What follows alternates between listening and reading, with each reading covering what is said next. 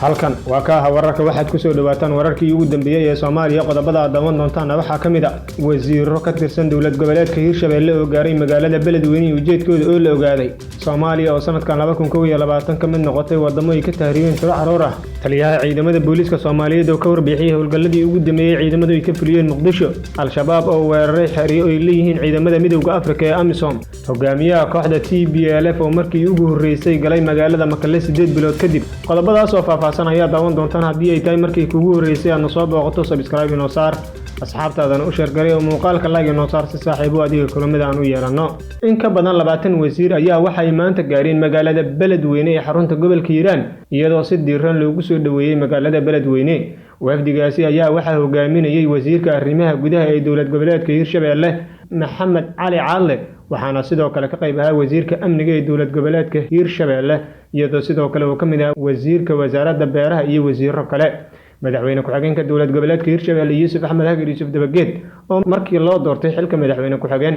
aaday magaalada Beledweyne xarunta gobolka Hiiraan ayaana halkaasi ku soo dhaweeyay isla markaana wasiiradaasi kulan kula yeeshay magaalada Beledweyne xarunta gobolka Hiiraan ujeedada wafdigaas ay u gaareen magaalada Beledweyne xarunta gobolka Hiiraan ayaana warar soo baxaya waxa ay tilmaamayaan in la qorsheynayo in maalinta berrita ee xadda ah la filayo in magaalada Beledweyne lagu qabto shirka golaha wasiirada ee dawlad goboleedka Hirshabelle oo markaan la doonayo in looga hadlo arrimo dhowr ah maamulka Hirshabelle ayaa dhismihiisa kadib waxa soo baxayay warar kala duwan oo tilmaamaya in maamulkaasi uu kala jabay laba dhinac oo kala taabacsan madaxweynaha iyo madaxweyne ku-xigeenka dawlad goboleedka Hirshabelle Cali Guulaaw Xuseen ayaa markii la doortay ilaa iyo hadda waxa uu san tagin magaalada Beledweyne ee xarunta gobolka Hiiraan iyo deegaanada kale ee maamulka Hirshabelle marka laga reebo magaalada Jowhar ee xarunta dawlad goboleedka Hirshabelle Cali Guulaaw Xuseen ayaa magaalada Jowhar isagu waxa ay u tahay fariisin waxaana sidoo kale Yuusuf Axmed Hagar Yuusuf Dabageed oo ah madaxweyne ku-xigeenka dawlad goboleedka Hirshabelle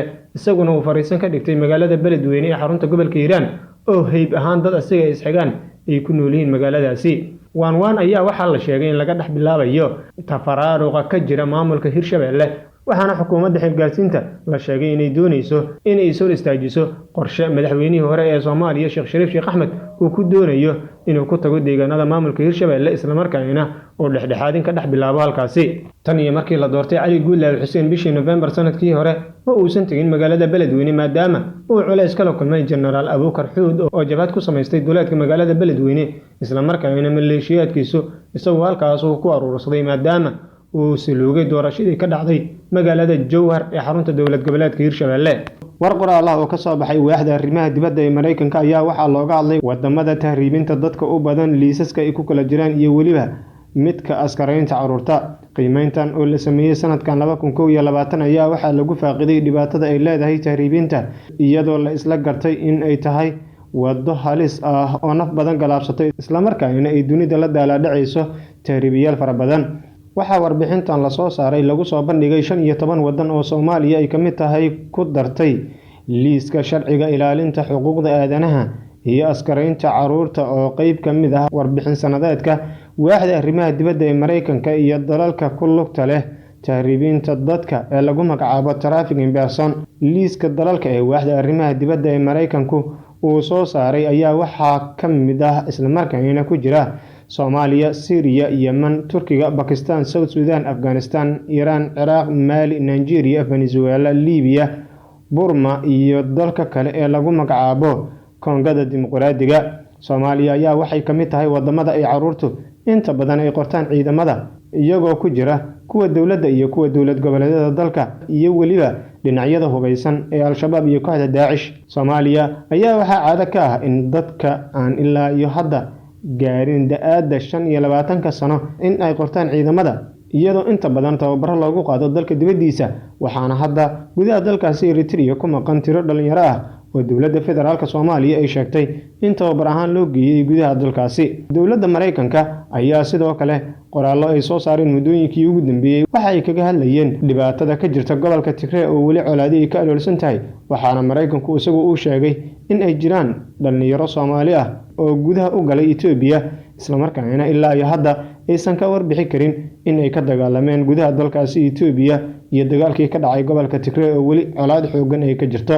Taliyaha ciidamada booliiska Soomaaliyeed Genaraal Cabdi Maxamed Xasan Xijaar oo shir jaraa'id ku qabtay Muqdisho ayaa waxa uu ka hadlay ammaanka magaalada Muqdisho iyo howlgalladii ugu dambeeyay ee ciidamada amnigu ay ka sameeyeen gudaha Muqdisho. Taliyaha Xijaar ayaa waxa uu sheegay in howlgalladii ugu dambeeyay kuwa oo laga sameeyay degmooyinka Kaaraan, Hodan iyo Wadajir lagu soo qabtay kooxo burcad ah. Waxa uu sidoo kale uu tilmaamay in raggaas haatan ay xiran yihiin isla markaana maxkamad la soo taagi doono maalinta Isniinta ah ama Talaadada ah ee toddobaadkan.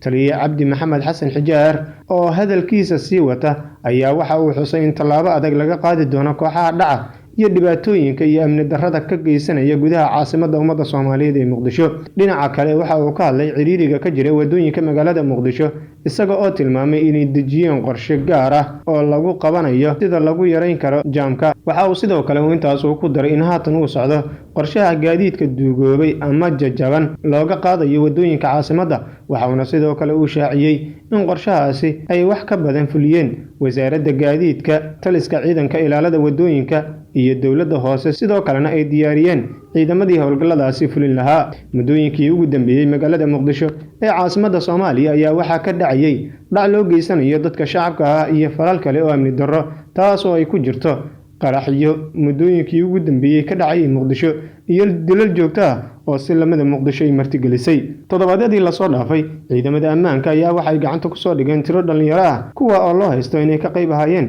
dhicii muddooyinkii ugu dambeeyay ka dhacay gudaha magaalada caasimadda ee Muqdisho. Ciidamada ammaanka ayaa weli waxa ay dardar gelinayaan howlahooda sugidda amniga iyadoo sidoo kale ciidamada dhowr mar amar lagu siiyay inay gacanta ku soo dhigaan dadkii arkaan iyagoo falan amni darro ka fulinaya gudaha magaalada caasimadda ee Muqdisho. Degmooyinka Wadajir, Kaaraan iyo Hodan ayaa waxa ay yihiin degmooyinkii ugu badnaa ee muddooyinkii ugu dambeeyay ka dhacayeen dhac loo geysanayo dadka shacabka ah, waxaana ciidamada ammaanka saddexdaasi degmo ay ku soo qabteen tiro dhalinyaro ah oo loo haysto in ay iyagu ka dambeeyeen qayb ka mid ah dhacii ka dhacayay gudaha magaalada caasimadda ee Muqdisho. Warar dheeraad ah ayaa waxay ka soo baxayaan weerar madaafiic ah kuwa oo lagu qaaday saldhig ciidamada Burundi oo ka tirsan howlgalka Midowga Afrika AMISOM ay ku leeyihiin deegaanka lagu magacaabo Mirtaqwa ee hoostaga degmada Mahadai ee gobolka Shabeellada Dhexe. Dadka ku nool deegaanka Mirtaqwa ayaa waxay ku soo waramayaan in madaafiicdaasi oo dhowr ah ay ku dhaceen xerada ciidamada AMISOM iyo gaarkeeda ha yeeshee aysan xaqiijin karin khasaaraha ka dhashay. Sidoo kale wararka ayaa waxay intaasi ku darayaan in ciidamada AMISOM dhankooda tiro madaafiic ah ay ugu jawaabeen weerarkii hoobiyaasha ah ee kaga yimid dhinaca Al-Shabaab sida la rumaysan yahay. Al-Shabaab ayaa dhankooda iyagu waxa ay sheegteen mas'uuliyadda weerarkaas iyaga oo sheegtay inay ku dileen 4 askari oo ka tirsan ciidamada AMISOM inkastoo aysan jirin wararka madax bannaan oo xaqiijinaya sheegashada Al-Shabaab. Degmada Mahadai iyo deegaanada kale ee hoostaga ee gobolka Shabeellada Dhexe ayaa waxaa dhowr jeer ka dhacay dagaal u dhexeeya ciidamada dowladda federaalka Soomaaliya oo garab ka helaya kuwa Midowga Afrika ee AMISOM iyo dagaalyahanada Al-Shabaab. Gobolka Shabeellada Dhexe deegaano badan oo ka tirsan ayaa hadda Al-Shabaab waxa ay yihiin kuwa maamula iyadoo dhowr jeer oo kale Al-Shabaab weerar xooggan ay ku qaadeen fariismo ciidamada dowladda federaalka Soomaaliya ay ku leeyihiin deegaano badan oo hoostaga degmooyinka Balcad iyo degmada kale ee Raagaceelle oo dhammaantood ka wada tirsan gobolka Shabeellada Dhexe.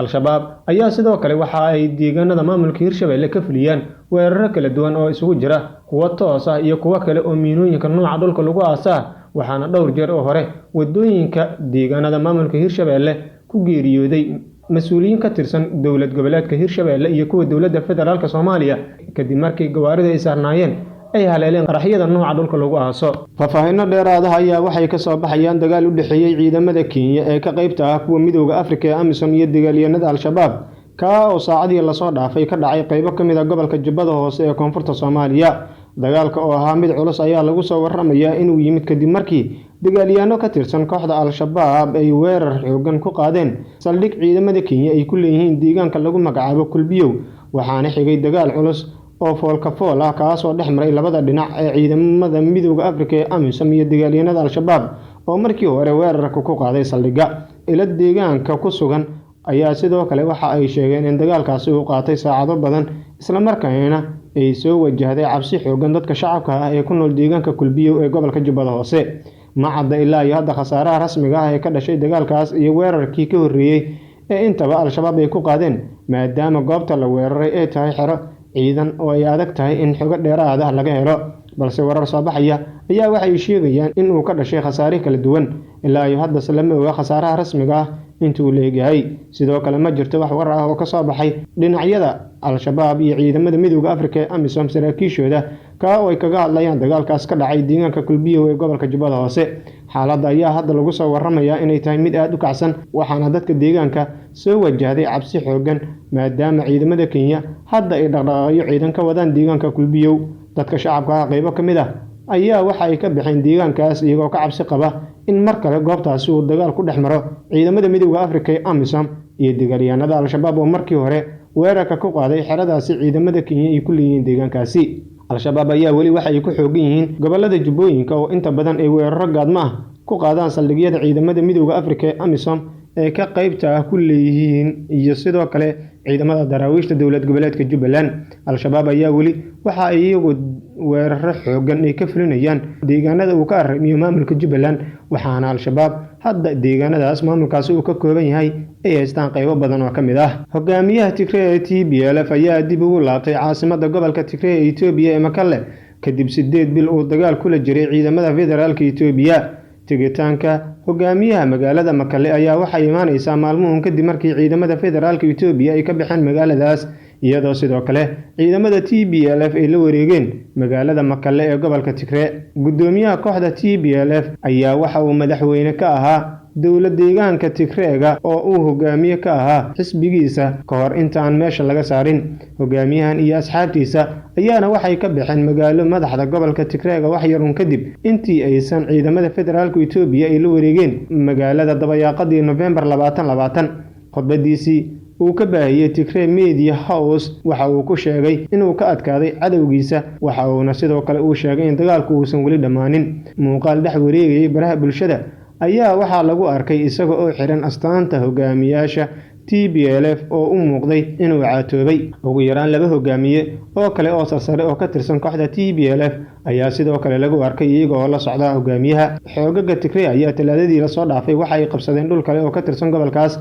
maalmoon kadib markii ay la wareegeen gacan ku haynta magaalada caasimadda ah ee Mekelle, halkaas oo ay ka carareen ciidamada Itoobiya iyo maamulkii taageersanaa ee Abiy Ahmed. mucaaradka ayaa sidoo kale qabsaday magaalo 140 kiiloomitir waqooyi galbeed ka xigta magaalada Mekelle, sida ay ku soo warameen ila wareedyo dhanka amniga ah oo ka tirsan qaramada midoobay kuwa oo la hadlay wakaalada wararka ee AFP.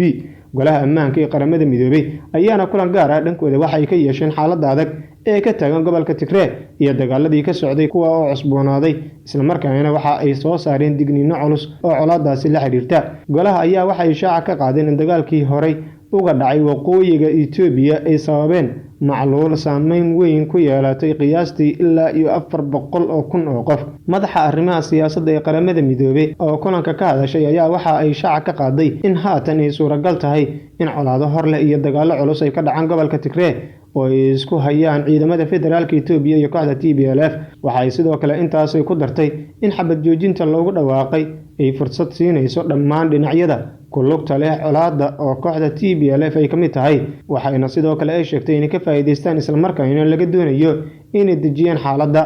waxa ay sidoo kale ay ku baaqday in xoogaga difaaca TPLF ee Tigray ay si degdeg ah u ansixiyaan xabad joojinta oo gabi ahaanba la doonayo in dhawaan la dhaqan geliyo. ugu dambeyn waxa ay sidoo kale ay ku baaqday in dhinacyada ku lugta leh colaadda inta awoodda leh ay gacan ka geystaan baaritaanka waajibaadka ah ee ka socda gudaha waddankaasi Itoobiya. waad ku mahadsantihiin daawashada muuqaalkan. haddii ay tahay markii kuugu horeysay aad na soo booqato subscribe noo saar oo gambaleelka furo, asxaabtaadana u sheer garay.